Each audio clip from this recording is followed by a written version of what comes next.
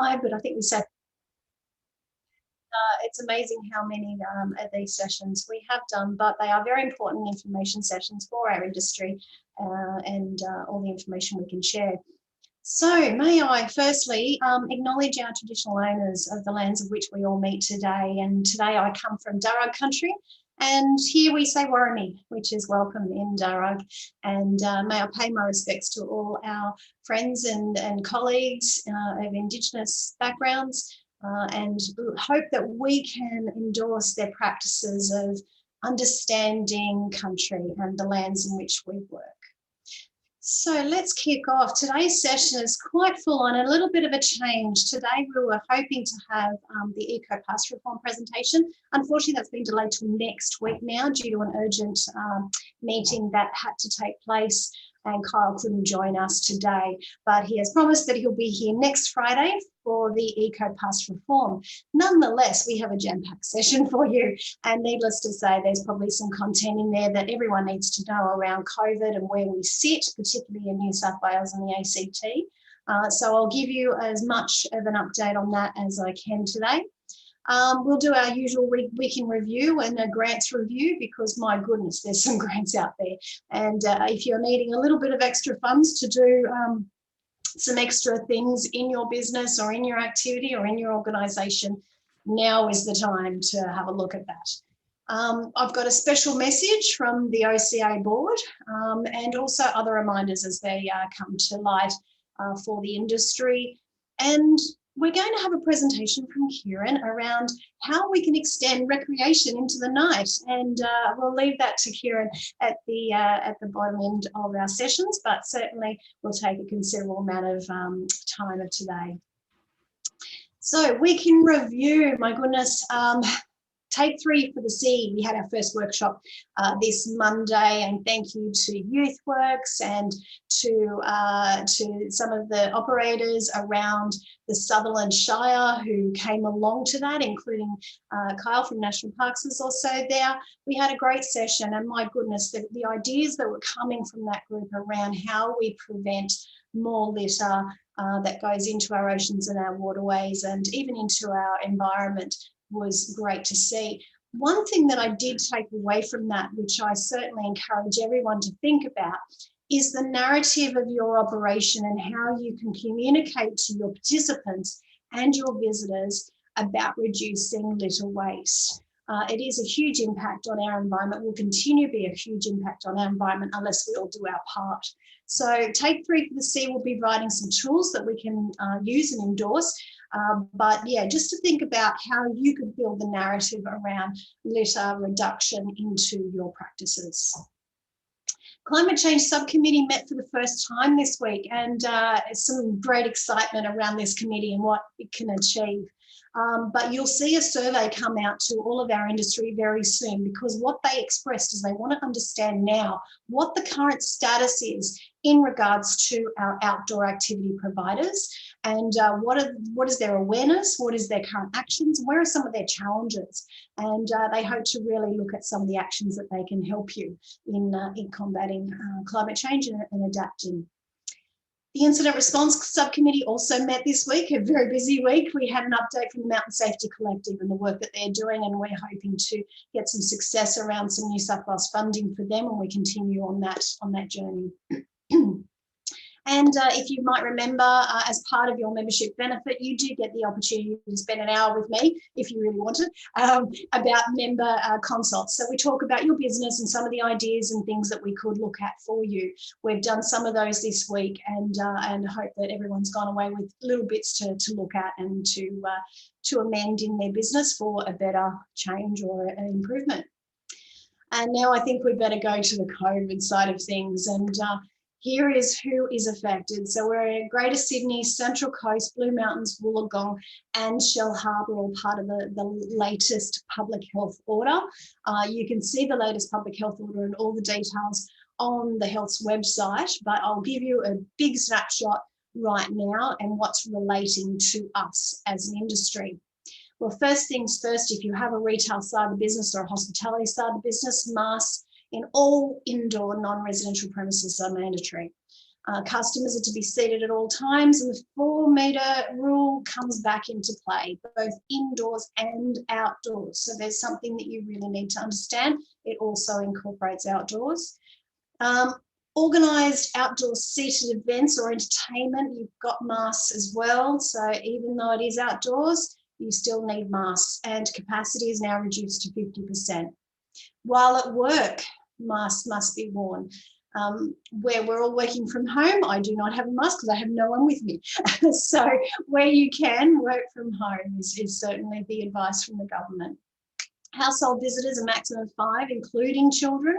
And public transport, masks are to be worn waiting or travelling on public transport. And this includes rideshare. And where possible, passengers need to be 1.5 metres apart.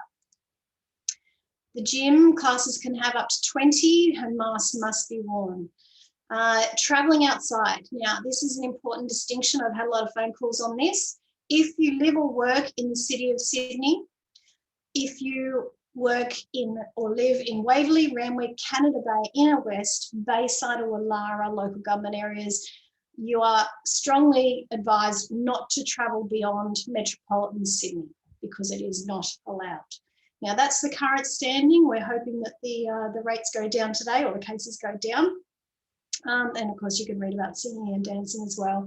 But reminder to everyone, please do your check-in and check out when you go into a place of business, and obviously adhere to your own COVID safe plans for your own business. Symptoms, if you have any symptoms, please get tested. Just think about the repercussions of some of those people that have been at the forefront of the latest cases, and just getting tested might have saved quite a bit of angst that we are now all feeling. And get vaccinated. There's so many sites now that you can go to, and they're all available on the health website. So jump on there and have a look at where you can go. Just from an outdoor frequently asked questions, this was courtesy of Christian Venues Association, which I thank them very much for sourcing this direct from the Department of Health. So there is some information here that is quite relevant to some of the outdoor businesses that are part of our network. Again, if you reside or work in one of the 7 listed LGAs, you cannot leave metropolitan Sydney except for work or other essential purposes. So obviously that was a question around our own workers. So if they have to go to a campsite outside of metropolitan Sydney, they are able to go for work and some of those essential purposes that are listed on their website. And again, face masks must be worn by indoors, regardless of the business, regardless of the activity. So similar thing to what the public orders have said applies to our businesses.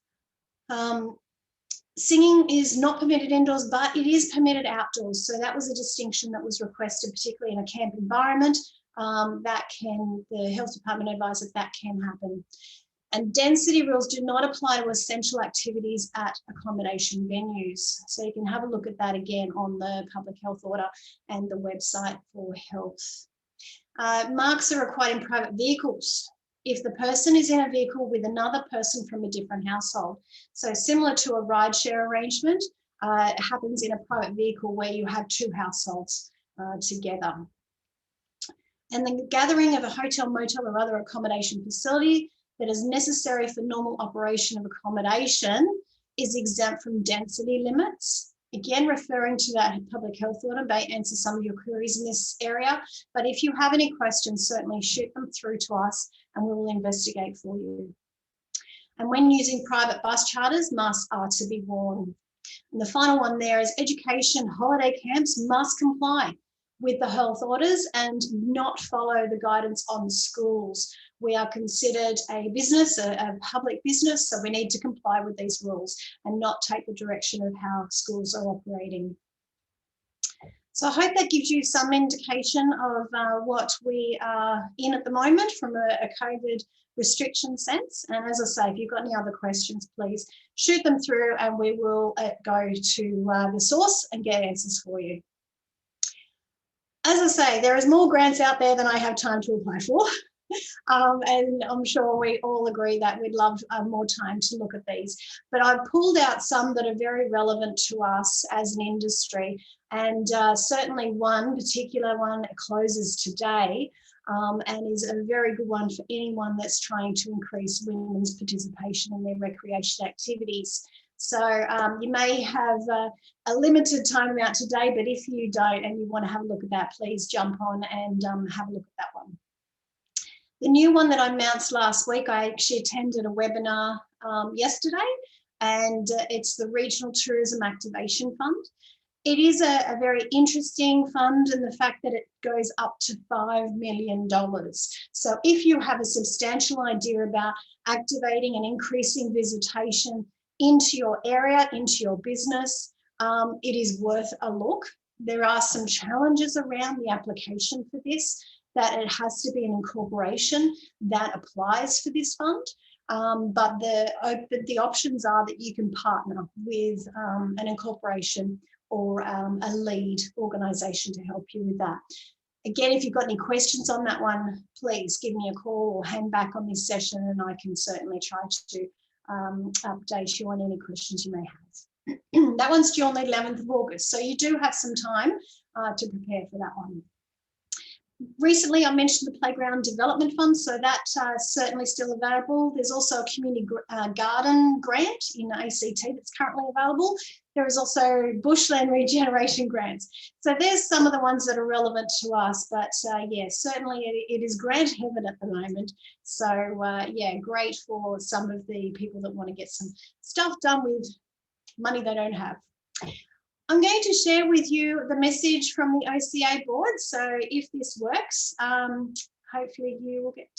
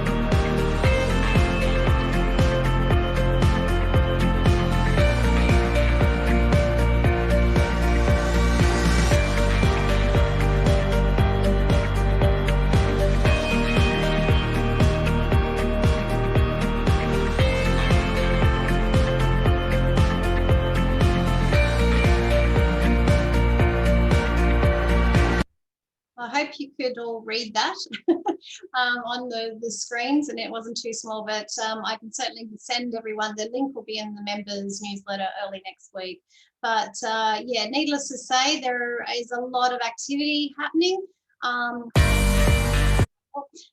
in that space, and the groups will be starting to meet in July. They're all being notified of which groups people are being assigned to from the summit, and I look forward to certainly sharing with you that knowledge and information. So any questions on that, please shoot through on the chat and I can certainly respond to that.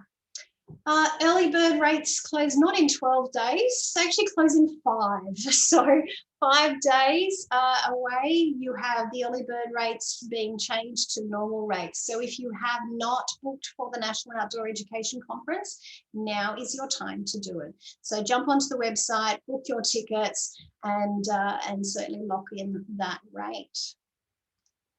So needless to say, the quick reminder on events, NOAC is at the top of the list. The second one is the EcoPass reform, which I mentioned earlier, will be taking place at next week's Connect and Share, Friday, 10 a.m.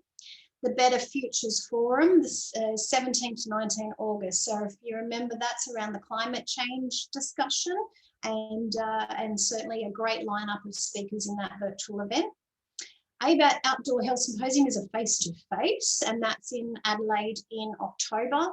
And don't forget, the New South Wales and Canberra Tourism Awards are open. New South Wales nominations were going to close next week, but I've just been advised late last night that that's going to be extended by a week. So if you are interested, you've got a little bit more time up your sleeve to nominate. The actual applications are not due until August, I think, or end of July, but the nominations have to be in prior so that site inspections can be conducted. So there's a whole heap of reminders. Now, the only other thing I really need to tell you today is a slight change to membership for Outdoors New South Wales and ACT. Up to the 30th of June 2021, Joey was actually a membership benefit of all members of Outdoors.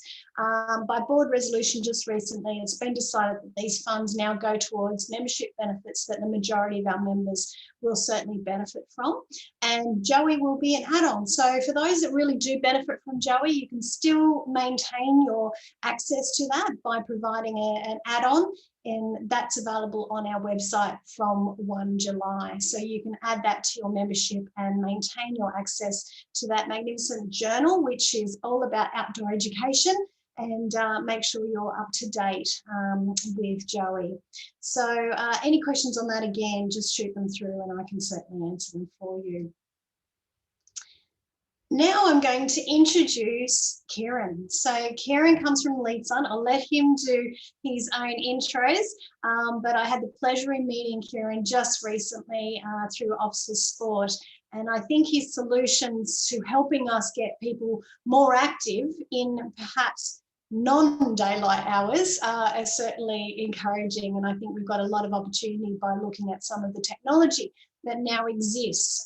So Kieran, I might hand over to you and you can share your screen, and I'm going to be quiet because I'm sure everyone's sick of my voice. Okay, well, thank you very much, Laurie. No, I'm not that familiar with Zoom. I normally use Teams, so let me see if I can share my screen first and see if we get that working.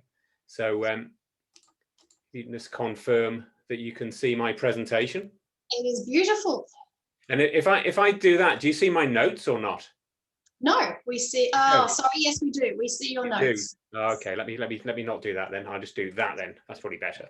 Okay, well, thank you very much for the invitation this morning. What I'm going to do is talk to you about how the hours of use of amenities can be extended using smart solar lighting. So we're a company called Leadsun. To give you a bit of an introduction, we're based in Dandenong in Victoria. We've been in business since 2005. We were the world's first company to produce all-in-one LED solar street lights. We've supplied like 300,000 of our lights worldwide. The majority of those in Australia, but we're doing a lot of business in the US at the moment as well. So what I'll do is I'll tell you about how we're redefining and revolutionizing public lighting for the 21st century. So gone is the need to have like 19th century electricity grid connected lights.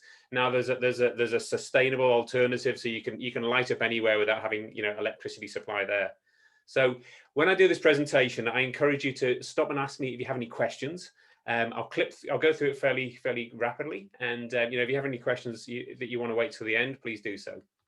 So just to sort of set the scene, the lights are best suited to areas like pathways, recreational reserves, retirement villages, car parks, local roads. Difficult applications like this is Tooradin Pier down in Victoria. It wasn't easy to get electricity to the site, but we can put our lights in there very easily. They're very quickly installed. Bollards for pedestrian areas, uplights for structures and trees, and then things like barbecue shelters, carports, underpasses. Those sorts of areas where it's difficult to light. We've got solutions for that. We're not suppliers of lights for things like floodlights for sports fields or for high category roads like freeways. So it's these sort of local applications. So, why is it important to think about lighting for, when you upgrade or build, public spaces? So one of the main reasons is for activity. We've all noticed that there's a lot more people getting out and about these days, lots of families, and you'll all see that in the outdoor industry. Now, we partner with Victoria Walks down here, and they've shared with us some statistics like 44, I think Laurie covered this in the presentation last week, 44% of Australians are actively walking for exercise each year. Of that's Australians over 15. It's the most popular form of physical activity, and there's been a 31% increase in people walking and cycling since COVID-19.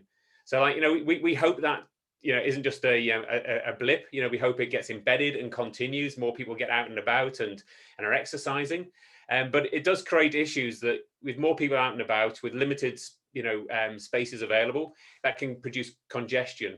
So if we can introduce lighting, that can extend the hours of use, and it can reduce the congestion and possible COVID transmission.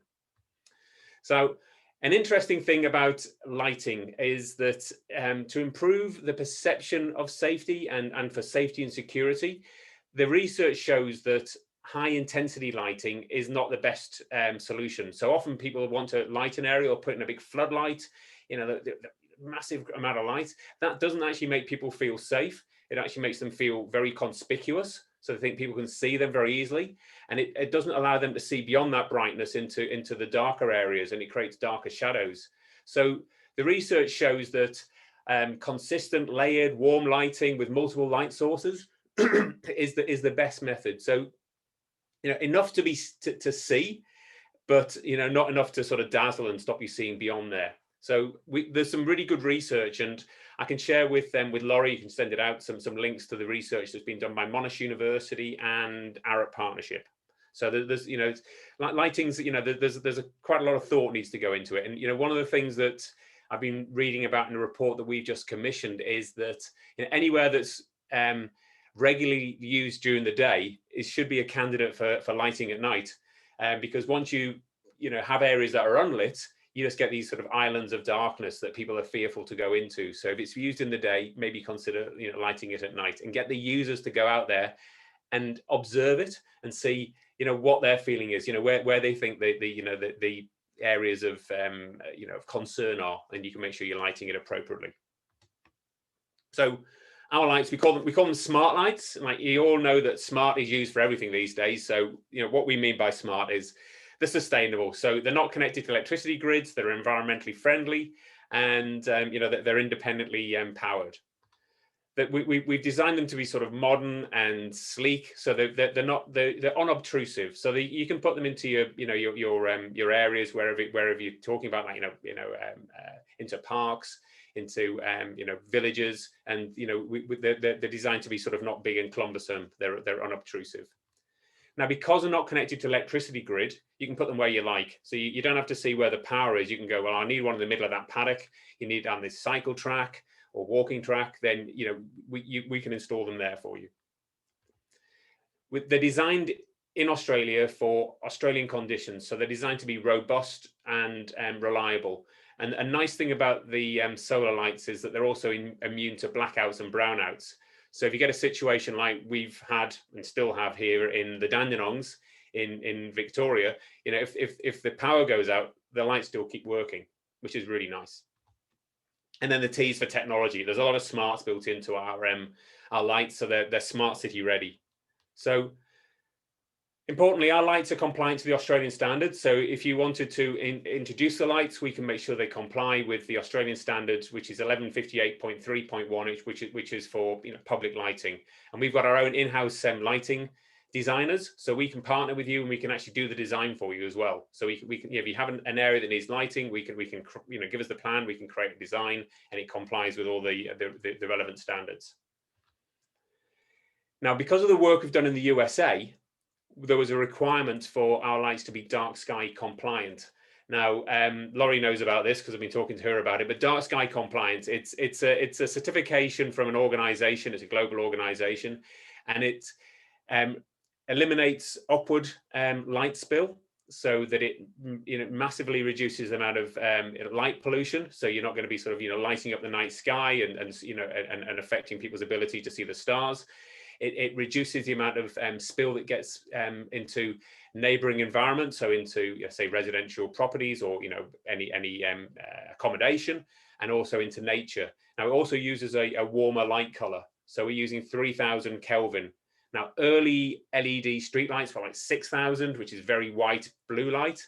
Now we're offering 3000, which is a very soft. It's a light which is argued by many is the most sympathetic to humans and to nature. So, but we do have a range of light colors available, but the 3000 is a very soft, warm light. Now the lights are programmable. So here you can see how the motion sensors are triggering the lights to brighten up when a pedestrian passes. So what we can do is we can set the lights to shine brightly when they're required. When it gets quiet, they can dim down very low. But then if somebody is out and about, then it will trigger the PIR motion sensors, and the lights can brighten up for a minute or two, then go back down again. So the lights are fully programmable. Now we do that through a wireless system. Now this needs a telephone connection, so you need to be connected to the 4G, 5G network for this to work. But if you are, then you can deploy this through a web browser, so on your phone and a tablet, laptop, and you can monitor the lights. You can show the lights on a Google map, so you can see all the lights there, sort of with green dots. You can look at the actual specification of each light and how it's performing, whether it's generating electricity, whether the battery's got sufficient charge, and you can get in there and you can change the programs for multiple stages each night, multiple programs throughout the year. So if there's a time in the year when your facilities aren't used, you can turn them off. If there's an event on, you can have the lights shining all night. So it's up to you. You can get in there and you can control your lights. Now they're very easily installed. So this is hopefully this will show. This is a 30-second video showing our installation team installing the lights with concreteless footings. So they come out to the site and they drill piles into the ground. Then because the poles are hinged, they can do all the assembly safely at ground level. And then with a 2-man lift, they can lift the lights into their final position, secure the fasteners, cover the plates over, and jobs are good, and that's it. The lights are installed. So it's a really quick, simple process. And so in areas they're not easily accessible by vehicles, we can still get the lights in there, and you can still drop them down with using the hinges for maintenance and cleaning as required. A few questions we often get asked are are the solar lights more expensive than grid lights? Well, the short answer is no. If you look at the hardware, installation, commissioning, they're competitive. If you look at the total lifetime costs, they come out ahead because there's no trenching, there's no cabling, you haven't got to get power to the site, there's no ongoing power costs, and they're essentially maintenance free. So you install them, and as long as the panel is kept clean and the optics are clean, then the lights are fine. Now we design the lights so that the panels have got self-cleaning glass and bird spikes, and they're at an angle so they get the maximum cleaning effect from the rain. So oftentimes there's next to no maintenance required at all. The other thing, are they reliable? Now, as I said before, they're immune to blackouts and brownouts that we're experiencing more and more these days as the grid reaches capacity. So you could argue that they're more reliable than grid lights. And also, as I said, if you get a failure in the grid, you get a whole area goes out. If you get a failure with a solar light, you lose one. So you could argue that they're more reliable these days than grid lights. And it really is a very mature technology now. We've been in business for 15 years. We're a world leader in this area. So they're tried, tested, proven. You can be confident about them. And the other thing we get is asked about cloudy days. So solar panels still charge on cloudy days. You may be down to sort of like 10-15% of their maximum charging capability, but they are still charging. And what we do is we design the lights for the specific location where they're going to be installed. So we look at the Bureau of Meteorology website, we take the solar data, and we design the lights for the worst conditions. So typically the short, cloudy days of winter with the long nights. And we designed them so that if you had no sun at all, so if there was a nuclear winter or there was a blanket thrown over the panel, you're still going to get 4 or 5 nights of battery autonomy. So like if you had no sun, they would still keep shining for 3 or 4 nights. But as I said, you know, there is generation even in cloudy days. So we designed them so you can be confident they're just going to keep shining night after night. And we also have solutions for treed areas. Now, I'm sure that a lot of the areas that you'll be involved in would have a lot of trees. So we do have solutions where we can remotely locate the solar panels. So we can find a spot where it gets good sun, and we can run very low voltage, shallow conduit trenching to the lights. Our lights have got a patented battery, which allows them to reduce the number of discharge cycles. So lithium ion batteries have got a finite number of discharge cycles. So without our patented algorithms, what we do is we discharge battery 1 night after night till it gets to the optimum level of discharge. Then we go to battery 2. And what that does is it more than halves the number of discharge cycles. So then that more than doubles the life of the battery. So we can offer a 10-year warranty for the battery, and we estimate they're going to last about 10-15 years. So it's not something you've got to be concerned. That was always a problem with early lights, was the batteries, but the batteries now are very, very long lasting and very efficient. We have a heap of warranties we provide with our lights, so that you can be confident, you know, that you can be well supported by Leeds Sun, and you know we pride ourselves in being always dependable. So getting towards the end of the presentation, so smart city ready. What we mean there is we've got a power generation source from the solar panels. We've got a power capture. We've got the battery, so we can add IoT devices to the lights. So we're currently adding air quality sensors. Now we're seeing that's being probably more and more important as with climate change. There's more bushfires, so to make sure that there are areas where the air quality can be monitored and make sure it's safe. Pedestrian counters are great because you can actually see how many people are actually using the amenities. So that's a really valuable bit of information. That can adjust how you fund areas or hours of operation. Cameras, we're adding cameras into retirement villages. So these are just little standalone CCTV cameras. It acts as a deterrent. To know that there's a camera up there, and it's also a source of evidence should there be any crime or vandalism. But other ideas are things like duress buttons and Wi-Fi extenders. So as long as it's got a fairly low power demand, we can look to design those into the lights. So it's another extended use that you wouldn't be able to have if you had no power at your site. So this is what villages could look like at night. So we've got a load of installations all around the country. So if anybody wants to see some, let me know. We can give you some reference sites, lovely videos on our YouTube channel. And so thank you very much. And please let me know if there's any questions. Thanks for your attention. Thanks, Kieran. That's awesome. And as I prefaced at the beginning, I think this is great information for us all, that if we're dealing with our landowners and if we own our own land and want to increase participation and make it safe, this is a great option to consider. And certainly the technology that's available these days makes it a lot easier.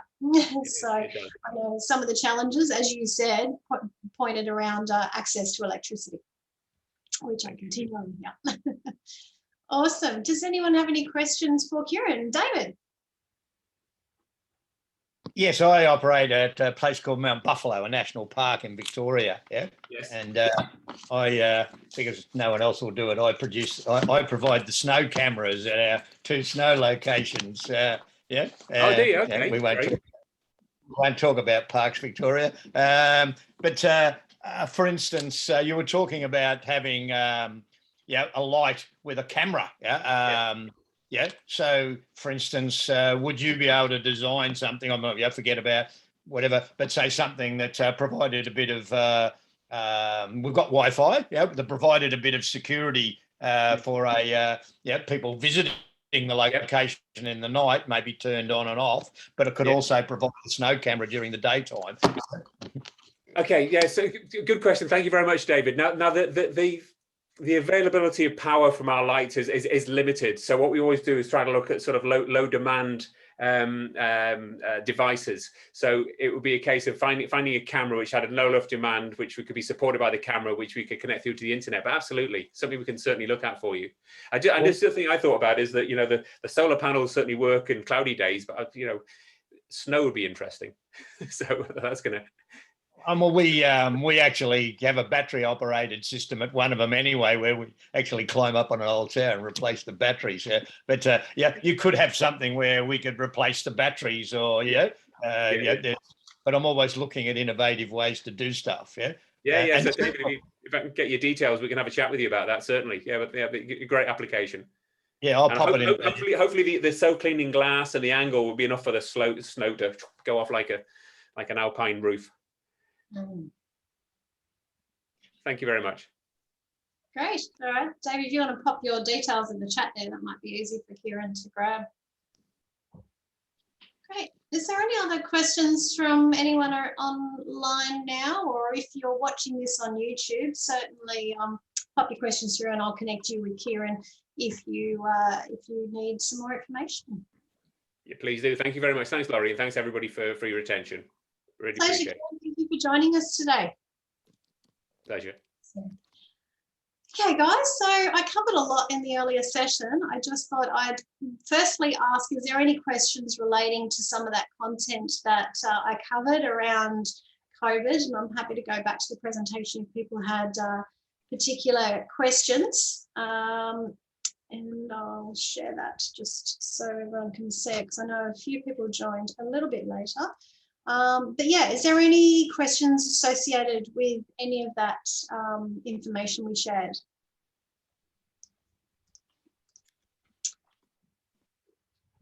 David, you've got your hand up still from last time, or did you put your hand up again? You put it down again. So I just flicked through quickly around the conditions, the frequently asked questions, the grants that were available, the message from the OCA board, NOAC, and also the events that are occurring, and just a reminder about the membership change in relation to Joey.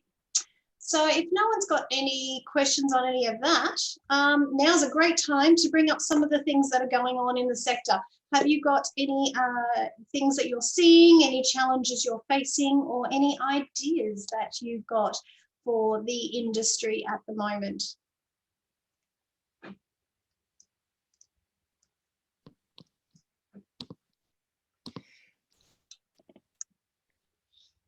Okay, go for it. Okay, when we were talking at the OCA, the summit, we were talking about whether marketing the industry and and that should be a separate area, or would be a part of all the things, all the various groups. I've had quite a bit of a think about it, and I've just had some consultancy with the state government's free business manager and marketing people today. But I'm starting to realise that although I'm fixing my marketing as a business, I've got people looking at my websites and how to do social media and stuff.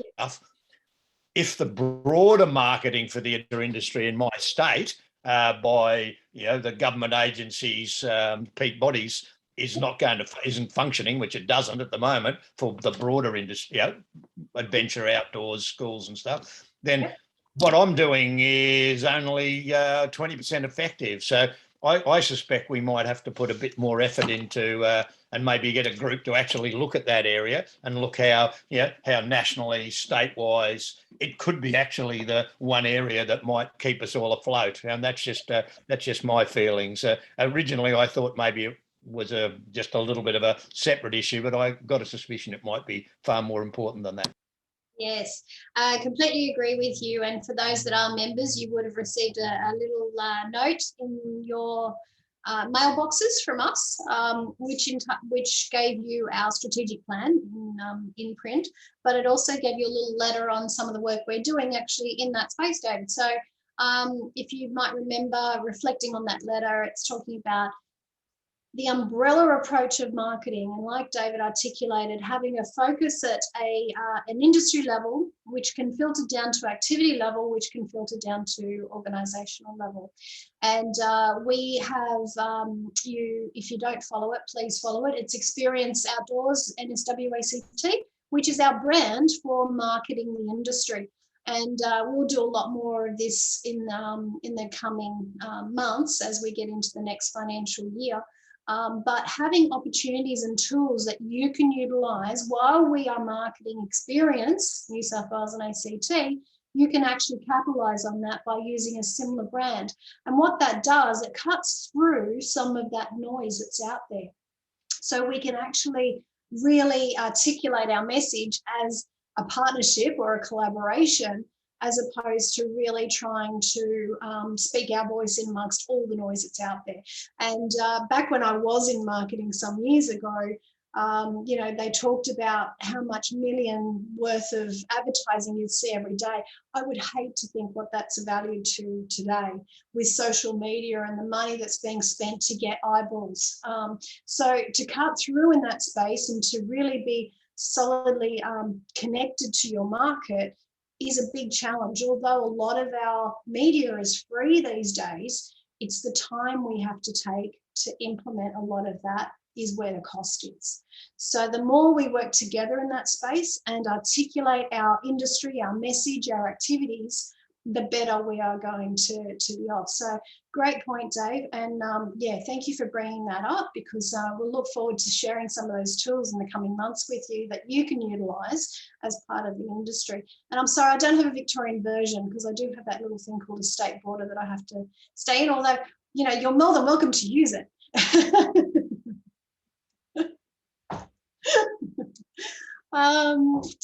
Rob, release about skills and employment that Outdoors was leading. Do you want to just talk to that? I can't remember. Oh, you're talking about the summit?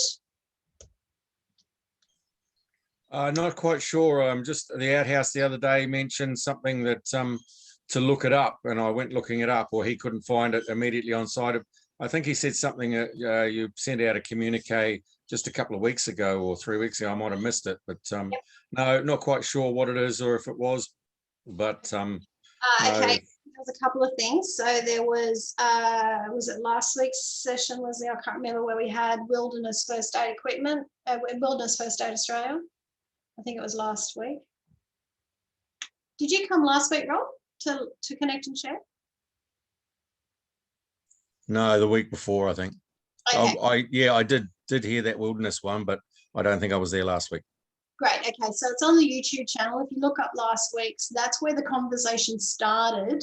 That I hear, and I think David also let me know that Inside the Outhouse continued that conversation. The long and short of it, or the summary of that session, was that Wilderness First Aid said we've got all these courses, but the demand from the industry is really around the tick box items, the research. Yes, I need Wilderness First Aid. Yes, I need basic first aid. Yes, I need advanced first aid.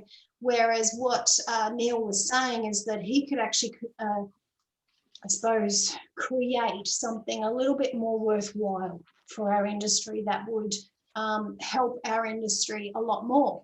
But his challenge is that he's being requested the tick box solutions, if you like. So then it raised the question about training in general. and where we're going. So a lot of this will fall into one of those groups that's coming out of the OCA activity, and it's around training and career pathways and what the industry needs for a more successful outcome in all those sorts of spaces. So yeah, that's probably what they were referring to. I unfortunately missed the outhouse on Monday, but Dave, is that sort of the snapshot from your understanding? Yeah, look, it could also be that some of the TAFE stuff that you were passing around, with the various TAFEs and where the government was funding things for various RTOs to provide either free or subsidised or short courses and that. Yeah, so there was that that Outdoors New South Wales put a lot of information out on. Mm-hmm. Yeah, that's right. And you might remember your membership newsletter this week. I did a snapshot from the budget, and something that I think was a bit of a shock to me, but pleasing to see, was the investment in new TAFEs. And these new TAFEs were actually located in regional New South Wales, one in particular in Jindabyne.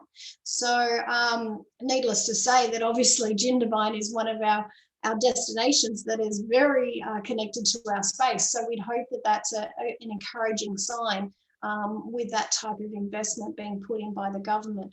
But yeah, does that make sense, Rob? Is there anything you wanted clarification on that?